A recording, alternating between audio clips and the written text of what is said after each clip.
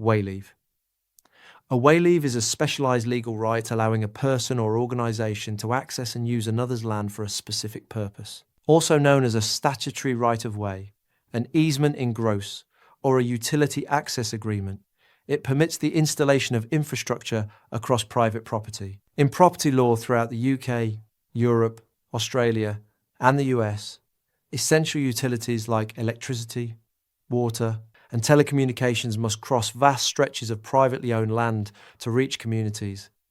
How do utility companies legally install these networks without committing continual trespass? They negotiate a wayleave agreement with the landowner. Unlike a traditional easement that permanently attaches to the land deed, a UK wayleave is typically a personal, temporary contract that pays annual compensation to the property owner.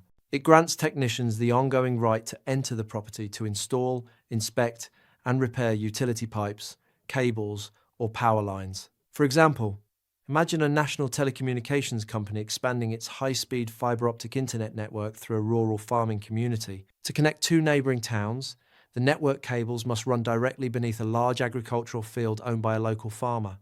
The company approaches the farmer and signs a formal wayleave agreement. In exchange for an annual payment of $1,000, the farmer grants the company legal permission to bury the cables under the field. The agreement also allows maintenance crews to enter the land whenever repairs are necessary without committing trespass.